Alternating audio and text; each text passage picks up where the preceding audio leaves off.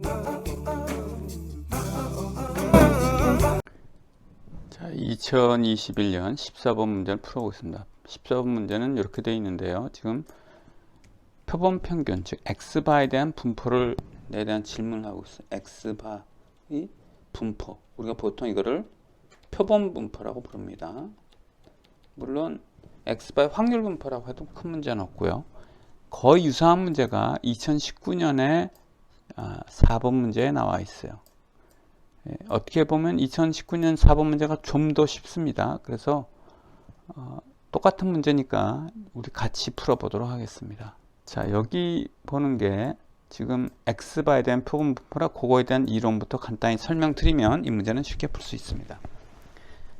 자, 우리가 이렇게 큰 원을 그리면 모집단이고요. 여기에 우리가 알고 싶은 것을 우리가 보통 뮤, 시그마 제곱들을 알고 싶어 하고 이것을 우리가 뭐라고 부르냐면 파라미터, 모수라고 부릅니다. 그런데 우리는 모집단을 잘 모르잖아요. 뭐 아는 경우도 있지만 대부분의 경우는 모르니까 표본을 추출합니다. 우리 표본을 우리가 샘플이라고 부르고 모집단은 파퓰레이션이고요. 모집단에서 계산된 값들이 있어요. 예를 들면 x바, s제곱 같은 것들이 있습니다. 이것을 우리가 뭐라고 부르냐면 statistics 혹은 sample statistics라고 부릅니다. 자, 그럼 우리가 아는 건 무엇이고 모르는 건 뭐, 알고 싶은 건 뭐냐면 알고 싶은 것은 이거예요. 알고 싶은 건 이건데 아는 건 뭐냐면 우리가 아는 건 이거예요. 왜? 표본을 추출했으니까 거기서 계산된 값을 우리가 알 수 있어요. 안다. 이건 아는 거고 이건 알고 싶은 거야. 모른다예요. 그럼 어떻게 됩니까? 하면 아는 것으로부터 뭐 알고 싶은 것을 추론을 해야 되죠. 인퍼를 해야 됩니다. 추론을 하기 위해서는 무엇이 필요하냐면 관계를 알아야 됩니다. 즉 이것들과 이 모술과 그 샘플 스태티스틱과 즉 통계량과 모수 간의 관계를 알아야 우리가 추론을 할 수 있어요. 무슨 얘기냐 하면 예를 들어 볼게요. 여기 어떤 아이가 있습니다. A라는 아이가 있는데 얘 키가 얼마야? 하고 물어봤어. 근데 미국에 사는 B라는 사람이 있어요. 미국에 사는 사람 키가 190cm입니다. 그러면 우리가 한국에 사는 A라는 애의 키를 유추할 수 있을까요? 이 190으로부터? 유추할 수 없습니다. 왜? 관계를 모르니까. 즉 A라는 아이와 B라는 사람과의 관계를 모르니까. 근데 관계를 나중에 알아봤더니 관계가 이렇대요. 아빠래요. 얘가. 미국에 사는 사람이 아빠래요. 여기는 애고요. 그 자녀고요. 그러면 우리가 어떻게 키를 추론할까요? 오, 키가 크네. 그럼 이 애도 어떻게 되겠습니까? 키가 크다라고 예측이 되겠죠. 그래서 키가 커서 뭐 예를 들면 남자이라면 뭐 한 180쯤 되겠네라고 우리가 추론할 수 있는 거예요. 그때 이제 추론이 가라는 것은 아빠와 이 아들이라는 이 관계, 즉 아빠의 키가 유전에 의해서 아들 키에 유전적으로 영향을 준다는 걸 알기 때문에, 즉 관계를 알기 때문에 우리가 추론이 가능한 겁니다. 즉 우리가 이제 하고자 하는 것은 아는 것은 이거고 알고 싶은 것은 이것인데 우리가 추론을 하려면 어떻게 돼요? 관계를 알아야 돼요. 자, 그 관계를 가는 게 바로 x바의 표본 분포입니다. 그래서 이제 간단한 실험을 해서 이제 예를 들면 이렇게 모집단이 여기 있는데 표본의 크기를 일정하게 해서 표본의 크기 n으로 해서요. 표본평 x바를 다 구해봅니다. 그 x바들과 뮤 간의 관계를 찾아보는 거. 그 x바들과 뮤 간의 관계를 찾아봤더니 이렇대요. x바가 여러 개가 있잖아요. 그 x바의 평균이 뮤와 일치하고 x바의 분산이 시그마 제곱, 이거는 모분산입니다. 모집단 분산 오버 n이라고 합니다. 그래서 평균과 분산을 알았어요. 자, 그럼 여기 4번 문제, 2019년 4번 문제부터 한번 풀어보겠습니다. 여기 간단해서 먼저 풀겠습니다. x1, x2, xn 평균이 뮤고 분산이 시그마 제곱인 확률 표본에서 이라고 하자. 근데 뭐 랜덤 했다는 거, 랜덤으로 뽑았다는 얘기입니다. x바에 대한 설명 중 옳은 것만 모두 고른다 그랬어요. 자, x바의 분산 어떻게 된 거죠? x바의 분산은 x1의 분산은 얼마입니까? x1, x2 쭉쭉 xn이 평균이 뮤래요. 그래서 분산이 이거래요. 즉 x1의 분산은 시그마 제곱이에요. x바의 분산은요 시그마 제곱 오브 n이고요. 어느 게 더 큽니까? 이게 더 크죠. 여기 밑에 n이 있으니까 n은 뭐 최소한 1일 거 아닙니까? 그러니까 이게 더 커서 이게 크다가 틀렸죠. 작으니까. 그 다음 x바의 기대값과 x1의 기대값이 같다는데 x바의 기대값은 얼마입니까? 이거는 뮤래요. x1의 기대값은요? expected value x1 얼마예요? 뮤요. x바의 분산은 n이 커질수록 작아지나요? 그렇죠. 여기가 분모에 n이 있으니까 여기 커지면 커질수록 전체는 작아집니다. 따라서 이게 맞고 이거 맞는 겁니다. 자, 그래서 이거 너무 쉽게 했으니까요. 전체적으로 지우겠습니다. 자, 이제 14번으로 돌아가겠습니다. 14번은 약간 문제가 틀렸어요. 자, 읽어보겠습니다. 전체 고등학생이 치른 수학 시험 점수는 평균이 60이고, 그러니까 모집단의 평균이 60이라는 얘기입니다. 뮤가 60이고, 모집단의 표준 편차가 10이라고 합니다. 그리고 모집단은 정기분포를 따른다고 합니다. 전체 고등학생 중에서 임의로 뽑은 한 명의 학생의 점수를 X라 하고 임의로 36명의 수학 점수의 평균 점수를 Y라 하자. 즉 표본의 크기를 36으로 해서 계산한 X바, 이게 Y 돼요. 이게 저는 그냥 X바라고 표시하겠습니다. Y 대신에 이에 대한 설명을 옳지 않은 것은 한데 첫 번째 보니까 이게 뮤잖아요. X의 평균은 뮤고 이건 뭐죠? X바의 평균은 뭐라고 했어요? 뮤네요. 그래서 이것은 맞는 말이죠. 그 다음 두 번째 보겠습니다. 자, 여기 보겠습니다. 이걸 이용해 보니까 우리가 이렇게 돼요. variance of X바는 variance of X 모집단의 분산이요. 요걸 쓰기 위해서 요걸 썼습니다. 나누기 표본의 크기 36이래 36. 따라서 variance of X바는 36 곱하기 variance of X바예요. 틀렸어요, 이거. 자, 그러면 3번과 4번을 보겠습니다. 3번과 4번을 보기 위해서는 조금 더 몇 가지가 필요해서. 자, 여기서 보니까 뭐 했냐면 X바의 평균 분산 했어요. 그 다음 뭐가 필요할까요? 평균 분산, 그 다음 분포 모양입니다. X바는 무슨 분포를 하지? 하는 건데 결론부터 말씀은 X바는 정기분포를 따릅니다. 언제?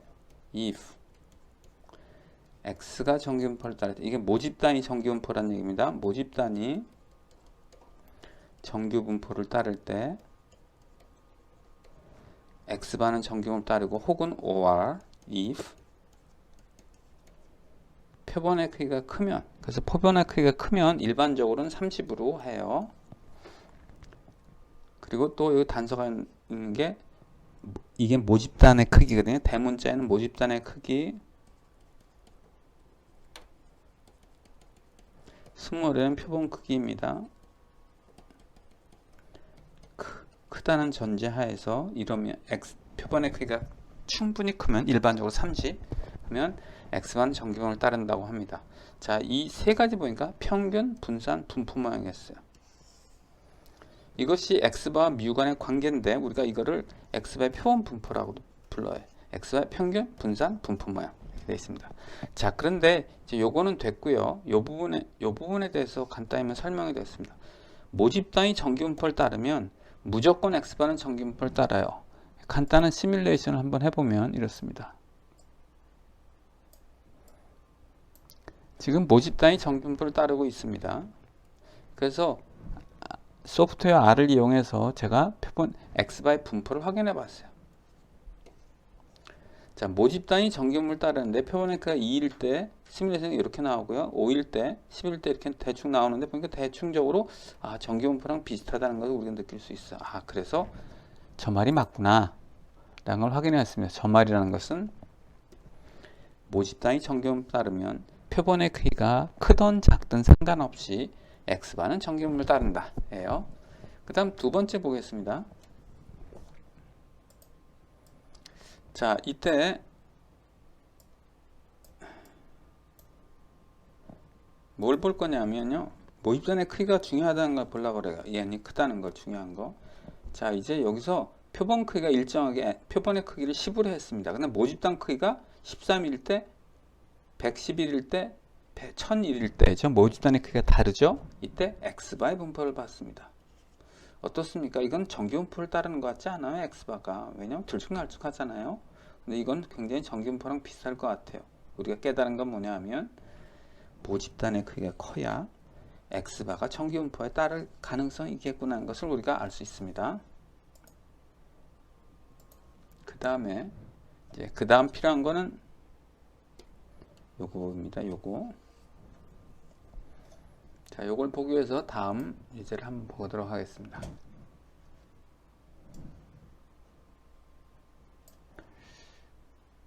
자, 지금 여기서 센츄럴 리밋 세엄이라고 했는데 센츄럴 리밋 세엄이란 결론 조금 이따 설명되기로 하고, 지금 모집단이 어떻게 하면 유니폼 디스트리뷰션 하다고 되어 있어요.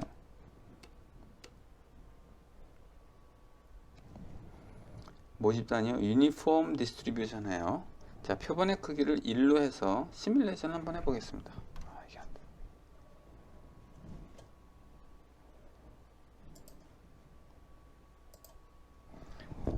표본의 크기 1로 해서 했더니요, 이때 X바의 분포가 이렇게 나왔어요. 들쭉날쭉.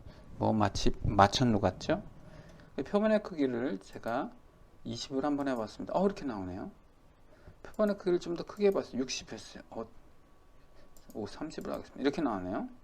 자, 1일 때는 이상한데 30 정도 이렇게 되니까 어떻게 돼요? 뭔가 분포가 이렇게 밀집을 하면서 정규분포에 가까워지는 것을 우리가 파악할 수 있습니다. 이게 30일 때고 이게 1일 때입니다. 표본의 크기가 1일 때 30일 때. 봤죠? 자, 그럼 우리가 뭘 깨닫냐? 표본의 크기가 크면 X바는 정규분포에 가깝겠구나 라는 거예요. 자, 이걸 우리가 센츄럴 리밋 세어렘이라고 하는데 우리말로 번역하면 중심 극한 정리입니다. 배우래. 자, 뭐냐면 X바는 approaches a normal distribution, 정규분포에 가까워집니다. 언제? as n goes infinity. 표본의 크기가 무한으로 커지면 커질수록인데, 여기 전제가 뭐냐면요, 무한 모집단이에요.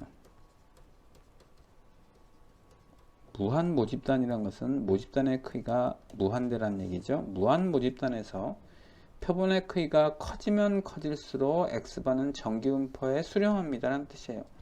자, 그럼 이제 우리가 이렇게 돼. 그러면 정규분포에 수렴하는 거 알겠어. 표본의 크기가 커지면 커질수록. 그러면 언제 표본의 크기가 어느 정도 되면 우리가 정규분포라고 가정해도 될까 하는 게인데, 일반적으로 통계학자들은 이렇게 얘기를 합니다. 표본의 크기가 30 이상이면 정규분포라고 가정하자 라고 하는 겁니다. 여기 30 이상 쓴 게, 즉 요 30이 나온 건 센츄럴 리밋 세어렘 때문에 그렇고요. 요 센츄럴 리밋 세어렘을 이해할 때 꼭 하나 유의할 점은 표본의 모집단이 무슨 분포에 대해서 언급이 없습니다. 그러니까 모집단의 분포는 아무 상관이 없는 거예요. 조금 전에 보시면 어때요? 모집단이 유니폼 디스트리뷰션 하잖아요. 유니폼 디스트리뷰션 이런 분포를 따르는데, 모집단이 이런 분포를 따르지만 X바는 어떻다고요? 표본의 크기가 2일 때는 이렇게 하겠지만 표본의 크기가 30쯤 되면 이렇게 스무드하게 정규분포랑 가까워진다는 뜻입니다.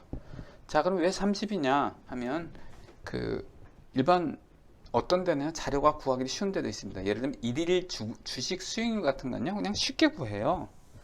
그렇지만 어떤 의학 실험 하거나 이런 경우에는 대상물을 구하기가 굉장히 어렵습니다. 동물 같은 걸 실험할 때. 그래서 좀 최소한으로 이렇게 낮춘 게 30입니다. 자, 그럼 우리 결론이 이렇게 내리는 거예요. x바는 무슨 분모를 따르냐? 모집 단위 정규분모를 따르면 x바는 정규분모를 따르고 표본의 크기와 관계없이요. 그리고 모집 단위 크기가 클 때 표본의 크기가 크면 클수록 정규분포에 접근하는데, 일반적으로 표본의 크기가 30 이상이면 모집 단위 무슨 분포라든 상관없이 x바는 정규분포에 근사하다 라고 말씀을 드릴 수 있습니다. 자, 그게 필요한 것이 이제 3번과 4번이 그게 필요합니다. 왜냐하면 지금 확률을 물어본 거잖아요. 확률을 물어본 거기 때문에 분포를 알아야 되는 거라 그렇습니다. 자, 이 부분에 상당 부분을 지우고 다시 지나가겠습니다. 자, 3번 보고 4번 보면, 자, 3번을 볼게요. 자, 여기서 보니까 정규분포를 따른대요. 아, 모집 단위 정규분포를 따른다면, 즉 모집 단위 정규분포를 따른대요. 그럼 뭐죠? x바는 정규분포를 따른다는 얘기입니다. 그래서 우리가 이제 알았어요. 아, x바가 정규분포를 따르겠구나. 근데 이제 x가 60일, x가 60보다 클 확률과 y, 즉 x바가 60보다 클 확률을 비교하는 겁니다. 자, 이제 여기 와 보니까 이렇게 돼요. x가 정규분포를 따르면 그 x-뮤 분자, 분모는 시그마, 이렇게 한 게 표준 정규분포를 따릅니다. 그래서 우리가 g라고 표현하고요. 그 다음에 이거에 의해서 만약 x바가 정규분포를 따르면 x바 빼기 뮤, 분모는 분산이 이렇게 생겼으니까 표준 편차, 즉 이거는 우리가 표준 오차라고 부릅니다. 그렇지만 그냥 여기서는 x바의 표준 편차라고 할게요. 왜냐? 요거랑 비교해서. 요건 뭐예요? x의 표준 편차.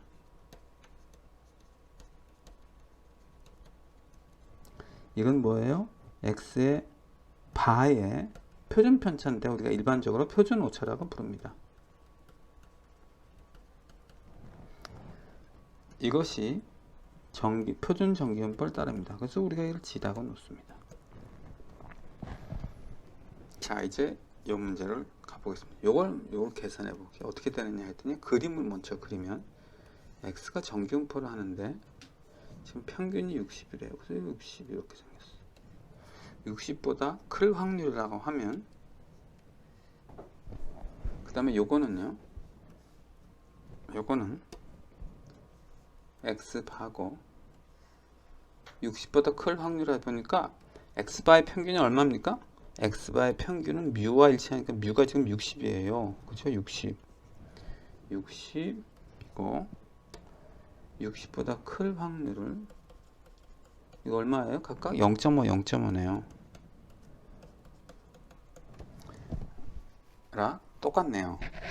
근데 이제 이걸 이용해서 풀어볼게요. 이용해서 풀어보면 이렇습니다. 자, 요거는 어떻게 되냐 했더니, 요것은 우리가 직접 못 구하죠. 왜냐하면 x가 정규분포를 따르지만 정규분포는 확률을 계산할 수 없잖아요. 물론 여기서는 그림상으로 계산할 수 있으면, 정확히 말하면 인테그랄 하고 60부터 무한대까지의 이 확률 밀도 함수를 적분해야 되는데 이걸 손으로 계산할 수는 없습니다. 그래서 우리가 표준 정규분포를 이용해서 하잖아요. 물론 여기서는 그림으로 계산할 수 있지만, 자, 우리가 표준 정규분포로 변환해서 계산해 보겠습니다. x가 60보다 클 확률이란 요거에 의해서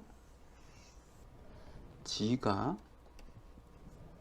60 빼기 뮤, 60, 이게 뮤예요. 나누기 시그마가 10이라고 된 이거고요. 그랬더니 확률 변 g가 0보다 클 확률이고, 여기를 보겠습니다. x바가 60보다 클 확률이라는 확률 변수 g가 요거에 의해서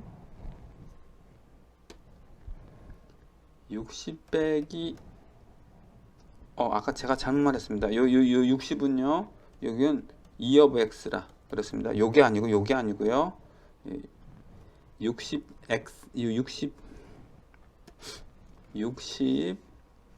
빼기 x의 평균이고요. 여기는 60 빼기 60인데 이때 60은 뭐냐 하면 expected value of x bar입니다. x bar의 평균 입니다. 자, 그 얘기는 뭐냐면 요 x를 뺀 건요, 요건 x의 평균이고 뮤를 여기서 뺀 거는 x bar의 평균이라 그렇습니다. 자, 그 다음에 분모는 어떻게 될까요? 자, 분모를 보니까 이렇게 돼 있어요. 자, 여기서 12가 된 것은 표준 편차라 12를 넣었는데 여기서는 어떻게 될까요? 이렇게 생겼잖아요. 생겼으니까 시그마 오브 스퀘어 루트 표본의 그 36입니다. 자, 요거 계산하면 확률 변지가 0보다 클 확률입니다. 그래서 어쨌든 이거 같은 게 같습니다. 자, 이제 동그라미 4번을 해보겠습니다. 동그라미 4번. 동그라미 4번은 그림부터 그려보겠습니다. x가 있는데 평균 60이고요. 72보다 클 확률 이걸 구하라는 거고, 그 다음에 y가 하는 것은 x바가 62보다 x바가 있는데 평균 60이죠. 그 다음에 62보다 클 확률이라는 건 요 빗금치 면적을 말합니다. 자, 표시하면 x가 죄송합니다. 이게 반대네요. 72 이하네요. 제가 여기 너무 많이 쓰다 보니까 착각했어요. 자, 여기 요 빨간 빗금치 면적을 구하라는 거고요. 여기 빨간 빗금치 면적을 구하라는 것입니다. 자, 그럼 그렇게 해볼게요. x가